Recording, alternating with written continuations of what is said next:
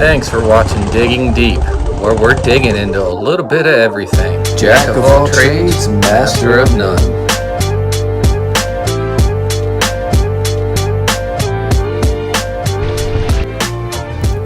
Yeah, dude.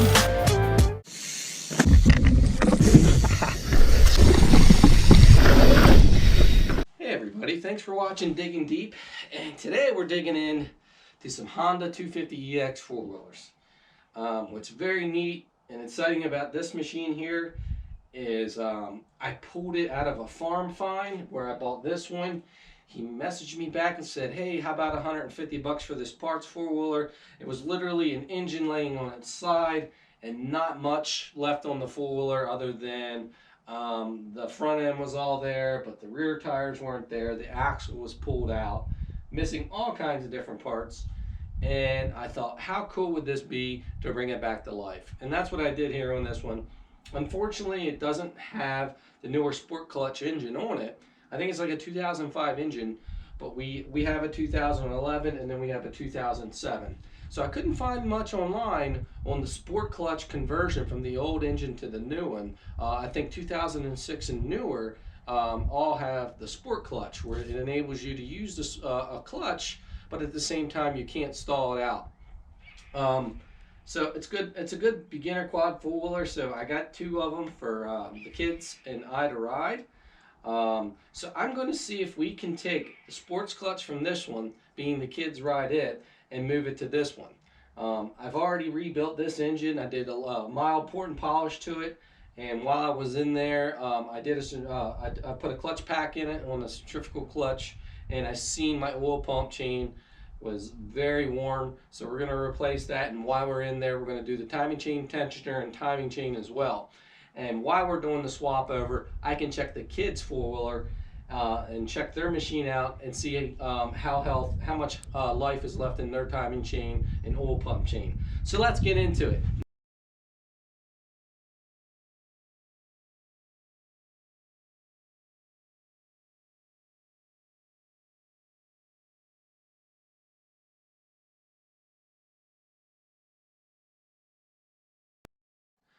Now it's time to get in here and remove the feed and return line for the oil cooler. And then it'll be a matter of just getting in here and removing these case bolts, and we'll be able to access the clutch.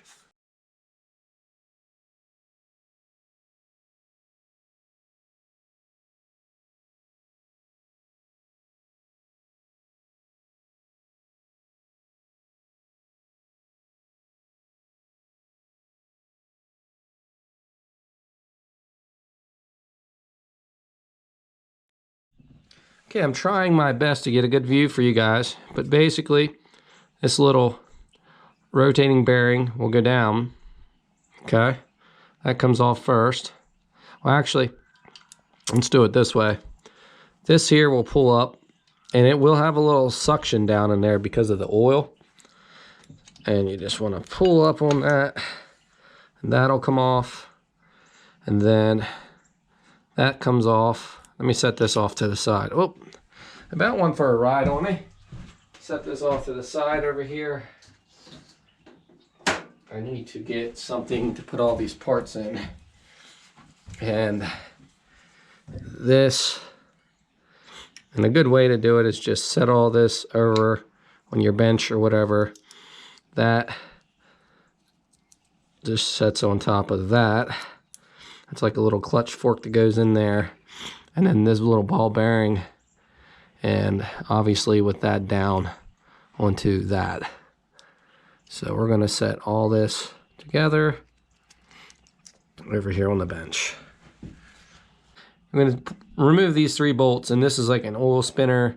I think that's what they call these. Basically, there's no oil filter on this engine, and when you do an oil change, you pull these off and clean them out and then put them back together. However, you probably only need to do that about every 3 or 4 oil changes.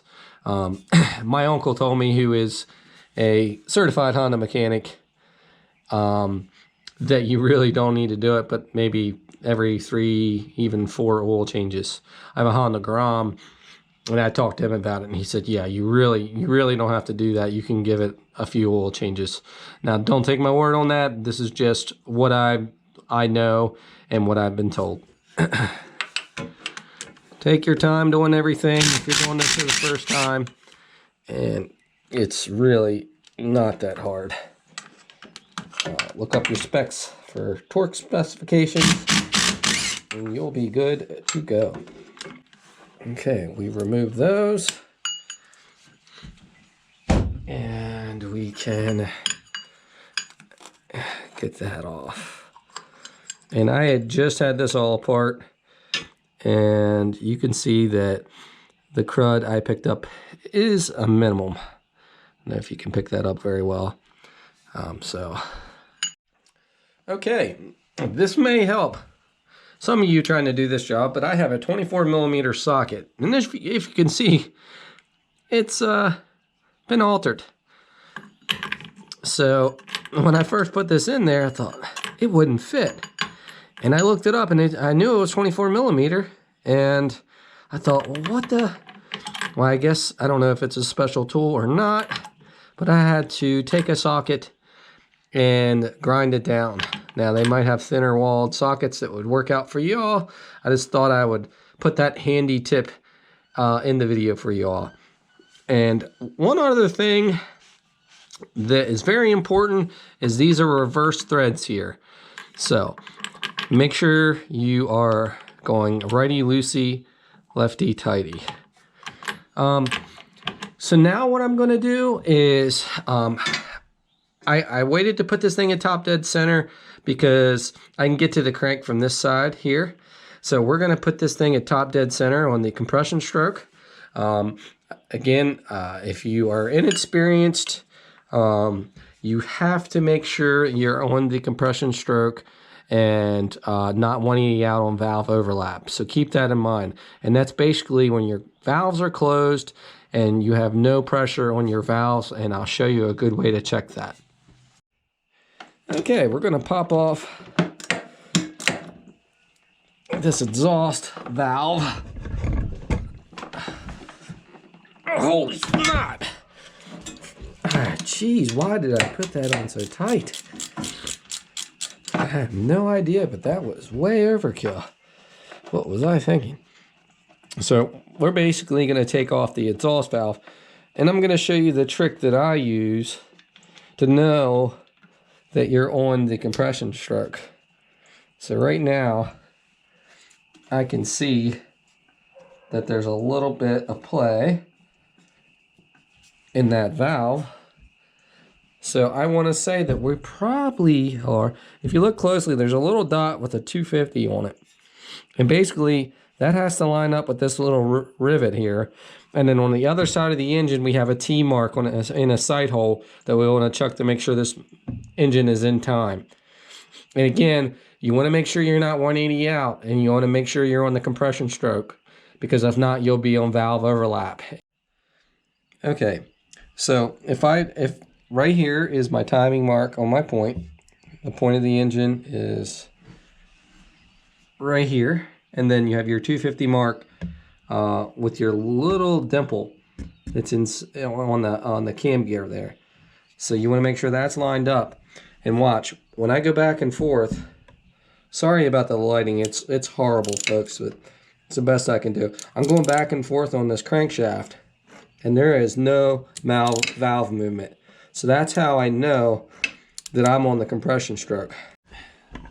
So I'm not sure you guys are going to see this well at all, but if you look in here, right there's the timing mark, and it's just a T with a line, and you want to put that line right beside that T dead on.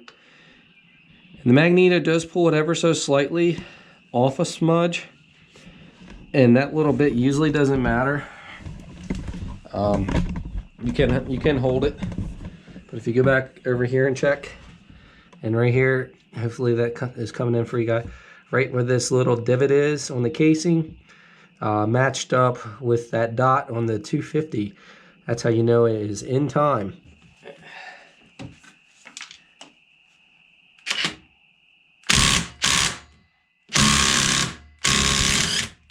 All right.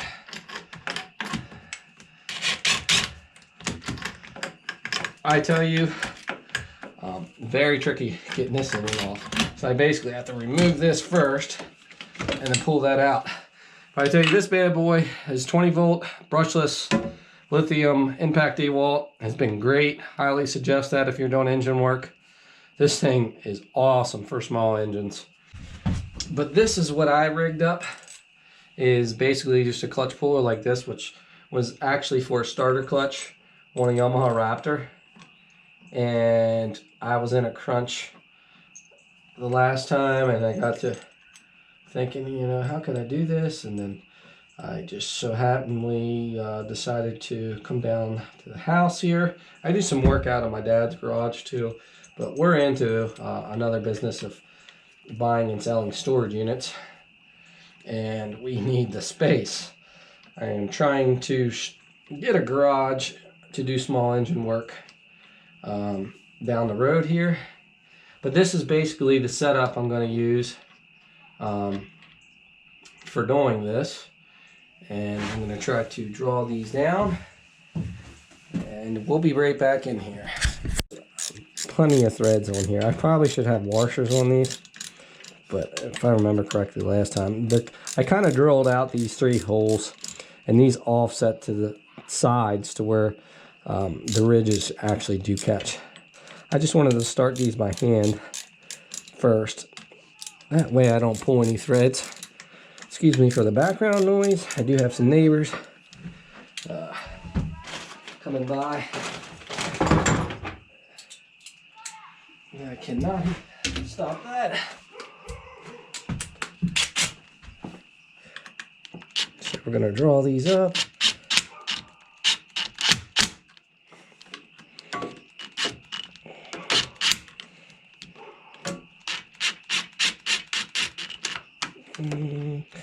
Definitely want to make sure you get plenty of threads. Last thing you want to do is pull the threads. And I think it looks all right. We'll jump back in here. Okay, I'm not sure if you guys can see this very well, but I've had to think outside the box a little bit. And I'm pulling, that's okay, pulling the actual clutch out this way.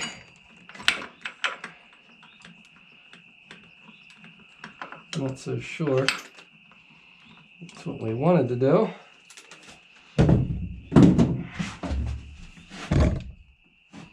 Now this clutch has to be in the right location too to come out of there, and we did get it, so we're good there. Sorry I bumped the camera, and again I apologize for the horrible lighting out here.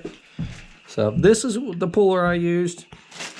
I have a whole puller kit that I've since purchased on Amazon that does do all the Yamahas, Suzuki, Kawasaki, obviously Honda. It's like a clutch puller kit you could get, and if I think about it and or remember, I'll drop it in the description. Alright, so I'm trying to get you guys a good view here. Be careful on the top, there's a washer, and then on the very bottom of there's a washer too. And if you can see, there's a little groove in this clutch basket, and until you get that lined up, this will not pull out. But right in there on the timing chain, there will be a washer, and a lot of time the oil gives a suction and it'll stick up there. So that's why you got to watch stuff flying out quickly and stuff flying everywhere and you're losing parts. But we're going to get this off, and then we'll be right back in here. Here's a quick look. There's your washer, as I said, that likes to stick on there at the bottom. Okay, put that right back in there and set it on my bench like that. And then you're going to have a washer that inside here. Now we're going to get in here and remove this clutch basket, And we should be getting closer to accessing the timing chain and the oil pump chain. We'll get back at it.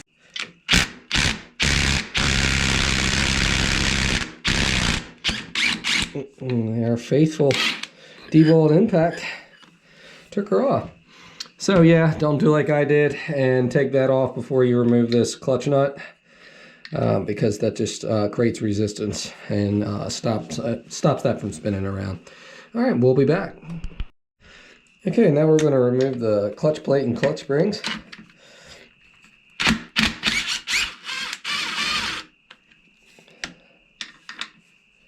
And again, I apologize for the poor lighting.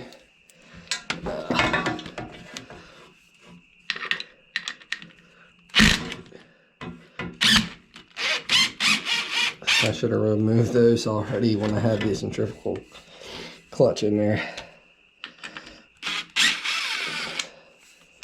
There's more than one way to skin a cat. Sometimes we choose to do it the hard way though, much like I am doing right now. Alright, let's set these to the side and see if I can't rip my hand off trying to do this.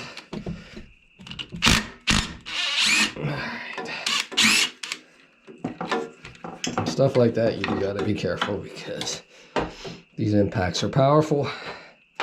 This is all spinning on ball bearings.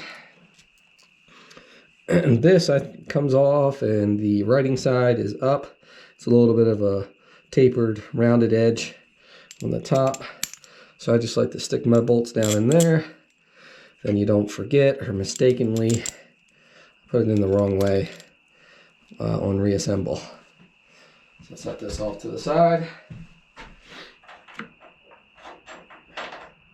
Definitely not liking how organized I am over here with my stuff. It's all kind of getting slammed on there, and it's going to be like that for the night. But I think we'll be okay. I'm going to remove the clutch springs. And these, I believe, don't matter. But I am going to set them down here. Exactly. So there's a little washer.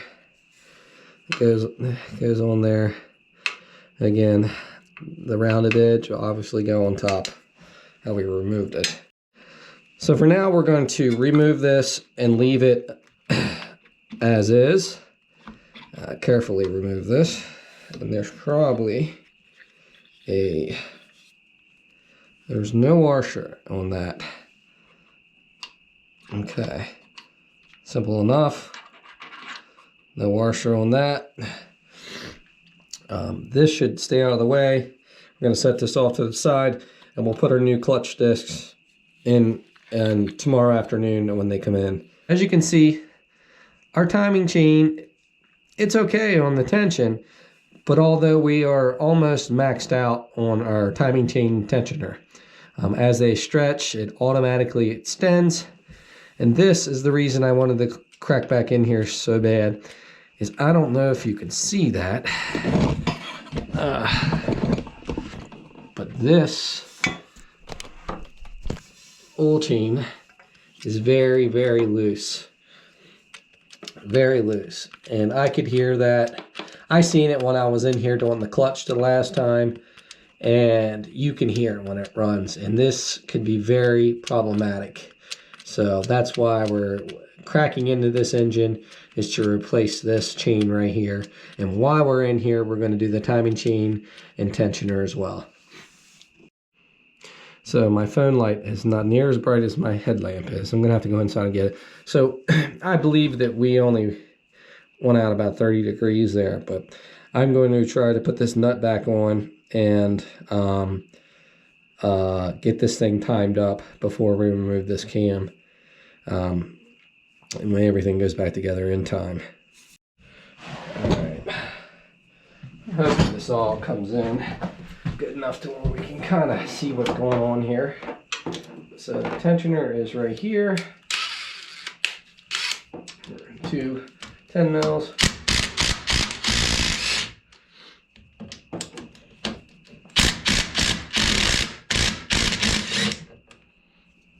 They come off. And basically that's just the tensioner arm. I'm going to set this aside and we'll be right back in. So now we're going to take off the timing chain arm. Another 10 mil. And there is a washer underneath that.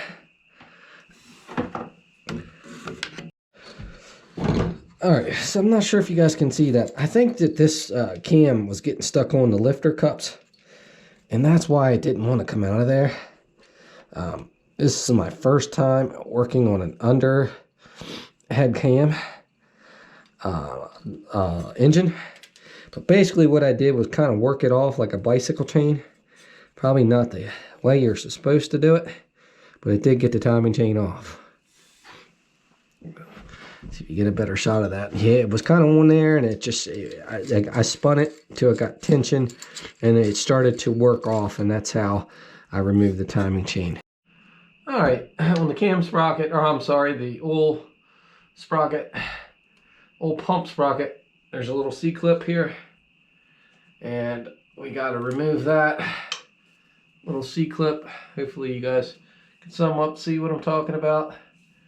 And okay, now we're down into what we really wanted to replace, which was this extremely stretched oil pump chain. So we just pull that gear off. Have to worry about nothing being timed with that. And it's got like a little half moon notch to go back in. Okay. So we do have a brand new Honda oil pump chain. If you can see the part number.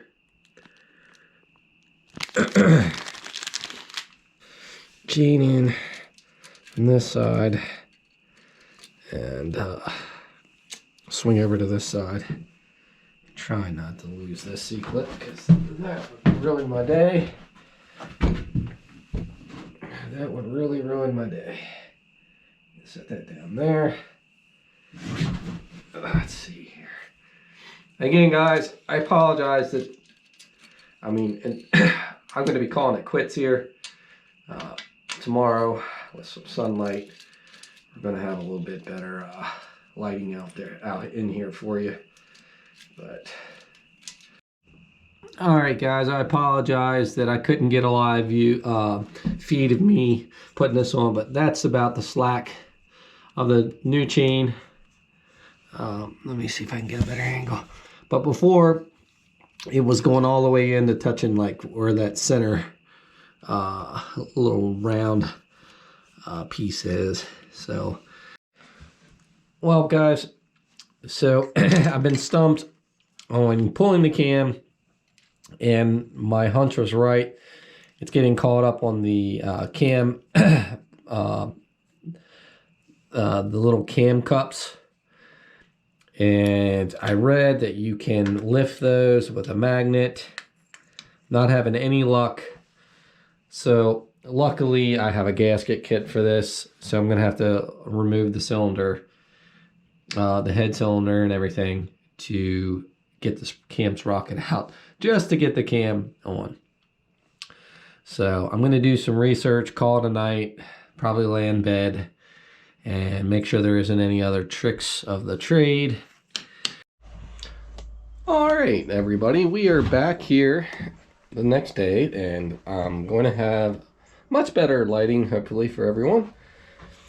As you can see, we left off with the cam still in the bottom end here, and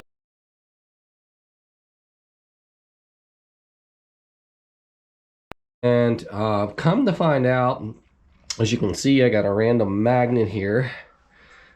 Come to find out that the push rod cups kind of lock the cam in. So I did some research to find that out, and I kind of had the sneaking suspicion when I was prying up on this, and not to call anybody else out, but there was one other video where I seen the guy pop it out, and I do not recommend trying to pry or pop that out, because you'll probably end up doing damage to the cam lobes which is what you don't want. And I thought, well, let's pull the service manual out.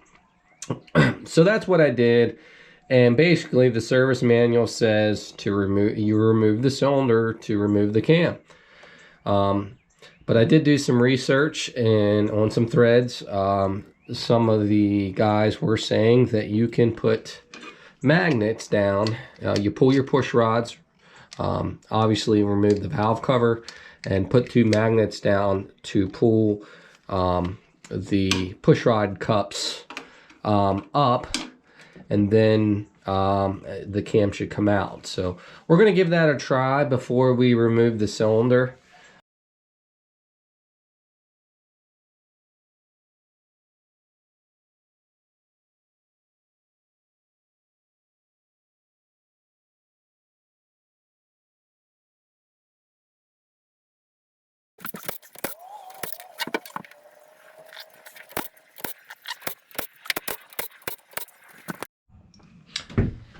Alright, now a couple taps with the soft rubber mallet usually does the trick on these.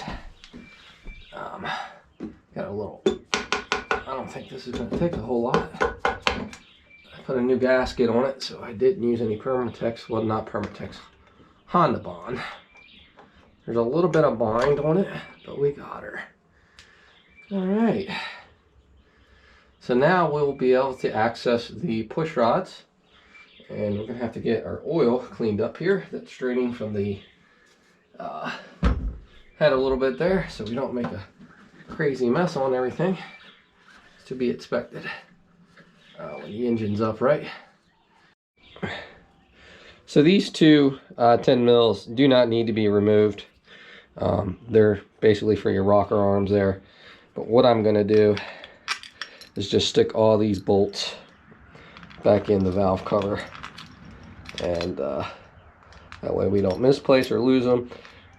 I like to use Ziplocs and mark everything during engine builds, but I've had this engine apart, so it shouldn't be any problem at all. Just putting this stuff back together should be rather simple. Okay, we're going to remove our push rods. They'll come out just like that. And I'm going to somehow try and mark these. This being the top exhaust side. I have a Sharpie over here. This being the intake valve. So these are the magnets I have. We're going to see if they even get down into here. And right now I'm not liking the looks of it. So we're going to have to go on the hunt here to try and figure out a way, because these will not work getting in there. Now some of the smaller magnets probably would work. I had a feeling these would be too big, so we're going to be going to plan B here. So we lucked out here. Basically I pried up, I right before I walked away, I thought, well, I'm going to go on a hunt for some smaller magnets today to reach in there and grab those. And the oil will give them a little suction, which makes it hard. But I spun the cam on the, and it started spinning 360, and it would not allow it to do that with the valve cover and push rods in. So I basically saw that it spun 360 and pried up a little bit, and the cam and cam sprocket come right out. And I want to make this noted that it does say in the manual to remove the cylinder. So just keep that in mind. Okay, so this is my little trick of, since the magneto likes and stator like to pull it off the timing line on the timing alignment, and I don't have a helping hand, I kind of did this rig to my socket to the frame with a piece of wire. And I apologize for not giving any live footage of me putting this timing chain on. It was just a little bit of a challenge, and now looking at it, I think I'm off like a tooth or so, so I'm gonna have to pull the cam. But basically what you do is kind of tilt the cam and cam sprocket in, and then it'll kind of go in.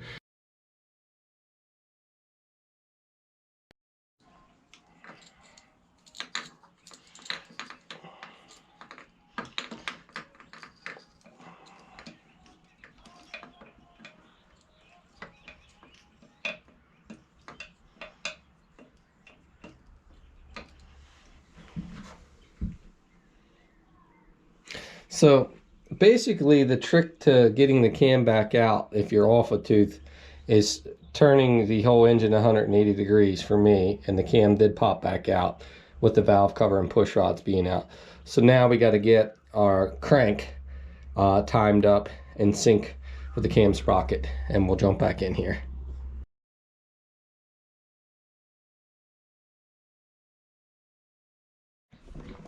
So it can be a little intimidating or a daunting task, but after I did that the second time, I basically put the cam sprocket in there and put it right on the timing mark. And as I slid it down in there, you could put the chain around the crankshaft sprocket rather easy. So after doing this, I could do it again probably with my eyes closed. Obviously the first time it's going to take a little finagling, but I just rigged up, let's see if we can get a better view here, my little cord to hold it on the top dead center mark. So one thing I've decided to do is put the valve cover and everything back together while I have everything timed up before we get off, just so I feel better. So we're going to go ahead and put the push rods back in and valve cover on.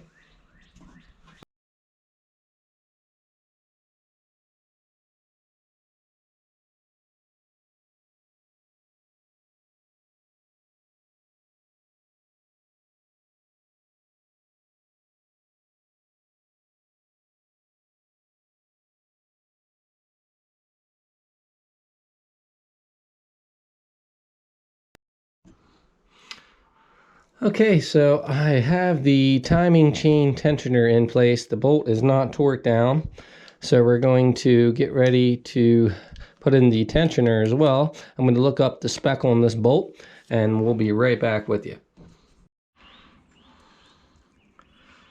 So this bolt's supposed to be 9 foot-pounds, and I'm removing this carefully because there is a washer there. And we're going to put some Loctite on here. I ran out of red, or I would be using the red Loctite, but this is all we have. Actually, down at my dad's shop I have it, but this will do just fine. And the torque specs are 9 foot-pounds. So this is my handy little AC Delco torque meter. Hopefully I can get in here without bumping the camera. I'm trying to get a little bit better angle for y'all. We're going to get this torque down.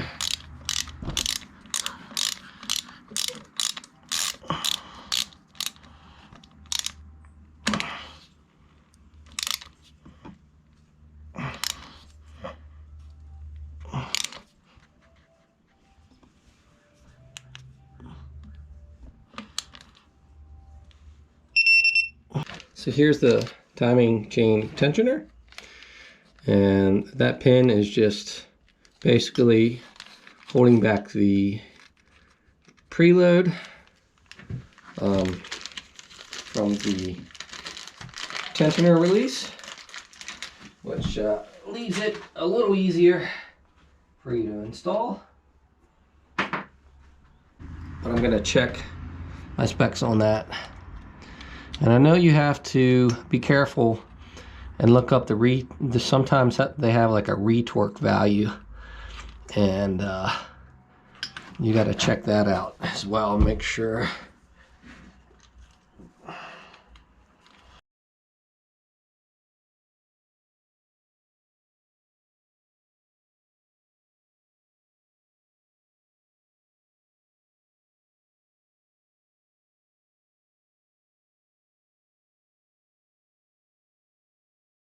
So we have the timing chain, oil pump chain, and timing chain tensioner all replaced. It was a very much a learning process here, but we got her. Just take your time doing stuff like this and you'll be good. It's been one of my things that haunt me from the past is getting in a rush. Do not get in a rush. But we're going to dive into what a lot of people I think are going to want to watch this video for, is not only doing this, but will the sport clutch swap over to the non-sport clutch engine. Okay, so I do not have a very good workbench set up. I work out of my father's garage sometimes, and yeah, and sometimes that's not available, but this is what I have to work with. So we're gonna pull all these clutch plates out of the clutch, or change clutch. Sometimes I forget the proper terminology. You have to forgive me. So basically, I think these can go in one way. So you don't have to worry. You just want to make sure your plates, they have like a flat edge and a rounded edge on each side. And you want to make sure they go in the same direction. Now, I may have some hoot and holler and say, no, no, no, but that's how I was taught. So, yeah, so that's what I know. So we're going to throw in a new clutch pack I got in here, new clutch plates. You know, a lot of times if you pull these apart, you can scuff them up with some sandpaper and even flip them the opposite direction. I know from being around racing dirt bikes and ATVs, a lot of times what they would do racing was pull these apart and freaking flip them 180 and slap them back in, and it'd be like a new clutch. So let's get this new clutch out and slap it in. So here are my clutch plates. Pretty neat. It's supposed to be a performance clutch, and I will say this is an Amazon clutch, Chinese. I'm not a fan of Chinese parts. You can't beat when you know you're about to tear something apart and say, you know what, you ought to put a change clutch in this. Why I got it open. And while I was doing this yesterday, I ordered it, and today it's here. So can't beat it. If I don't like it, I guess I'll be tearing it apart again. The stock clutch was holding up just fine. And there are the clutch pads, I guess you would say. We're going to pre-lubricate them. This is a wet clutch. And then it did come with alleged heavier duty springs. So we're going to get this put together here in a second. Okay, so we're going to pre-lube our clutch. And before we stick it in,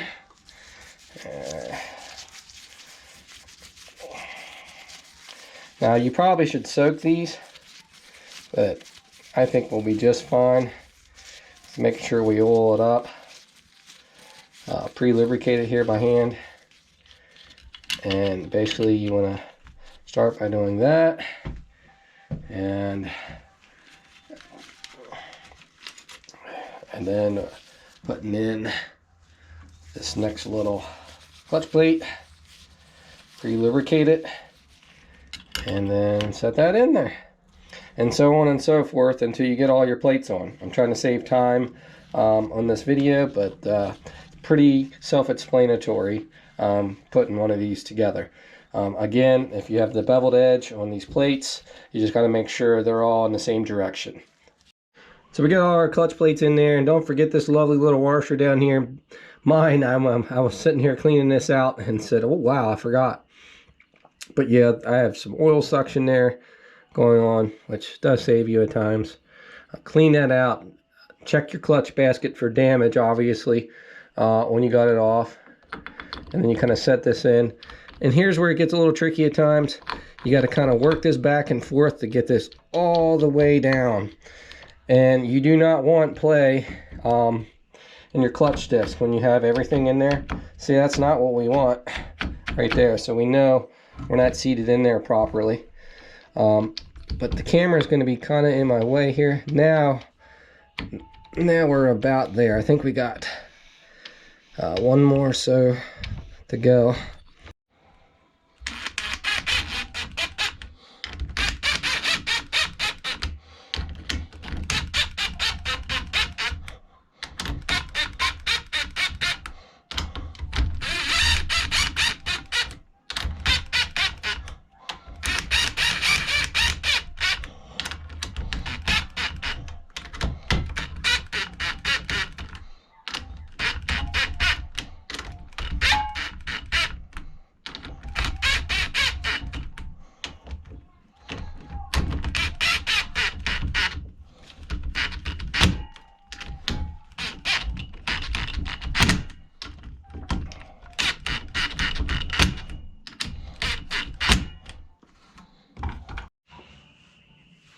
Okay, so we got our clutch all back together here, and we're gonna try and pull this clutch side of the sports clutch off, this 06 off now. I went ahead and did us a favor and pulled off all the bolts to the clutch casing and removed the throttle cable. So let me get this camera set up and we'll do a live pull of the cover.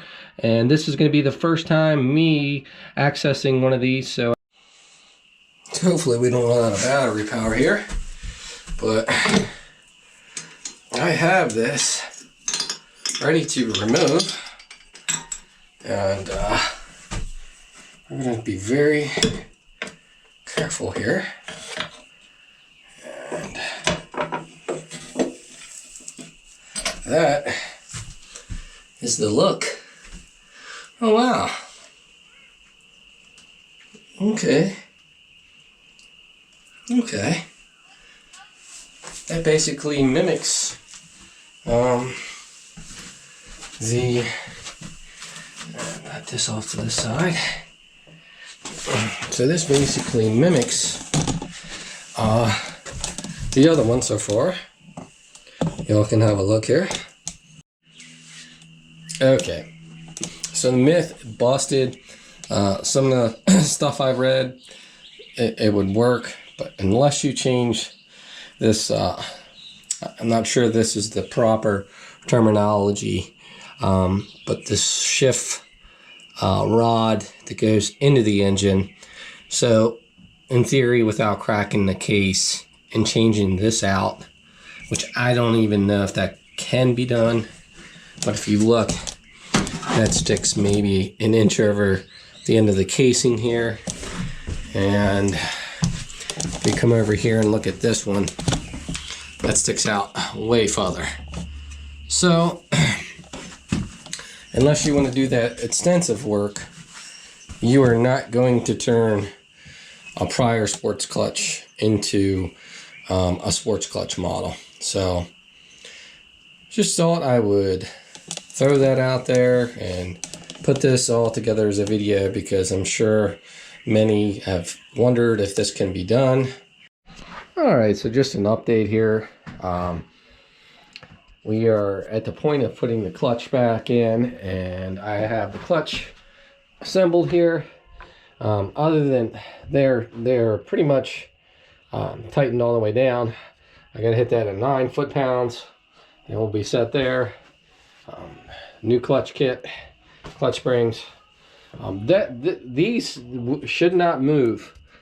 Okay, they should not move once that's in there. If not, it did not seat in there properly into the teeth, into the clutch basket there. So it's a failure for conversion on the clutch swap over on the sports clutch on this model. But this is basically what it looks like in there. Just missing like that shift fork. So like, I don't know, one day if I get another one of these engines, maybe I'll see if it can be done.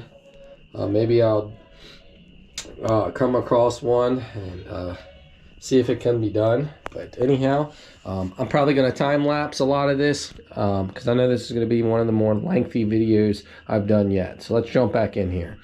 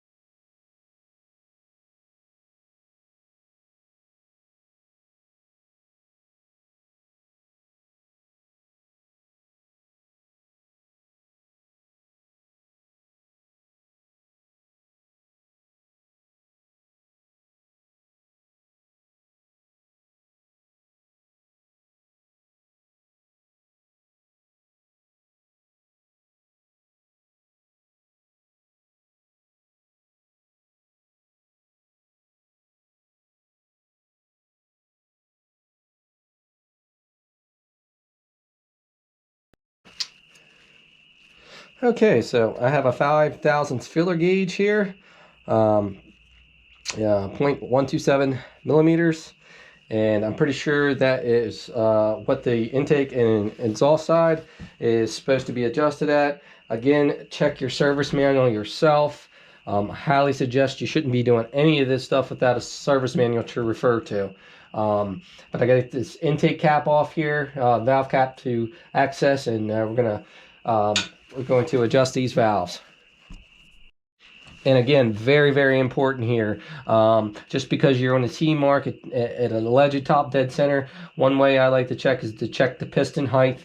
But if you get good to where you're doing these engines, basically all you got to do is get on the T and know that you got some play in your valves, and you can kind of go back and forth on the flywheel and not see any movement on the valves. That's how you know you're on the compression stroke and the cylinder is at its highest position.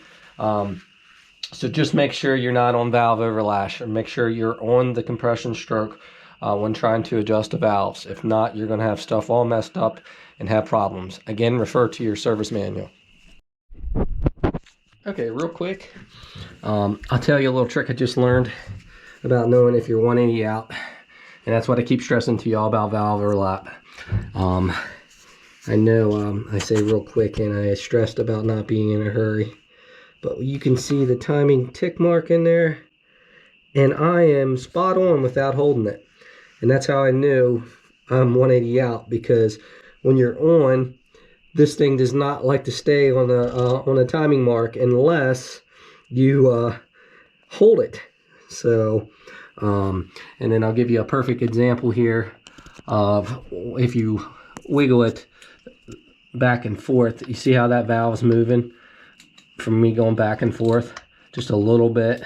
That's how you know you're 180 out on valve overlap right now, and not on the compression stroke.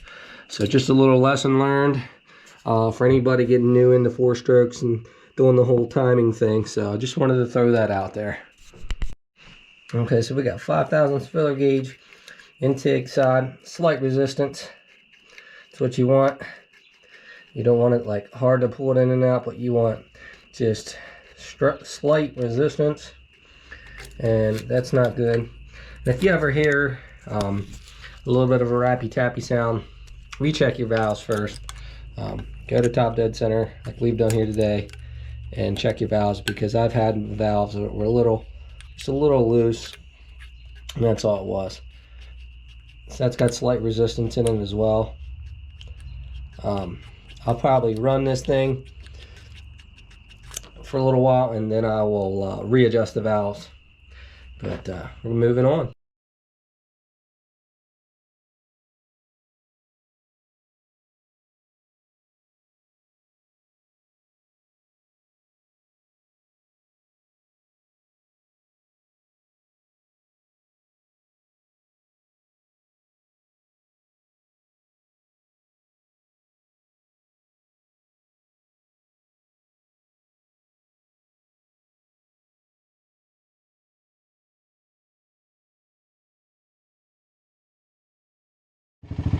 There she is, folks, back together.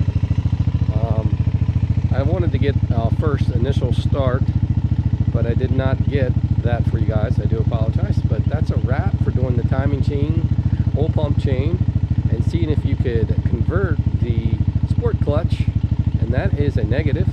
But thanks for watching, and hit that like and subscribe button for me, and stay tuned for more footage to come. Thanks again for watching.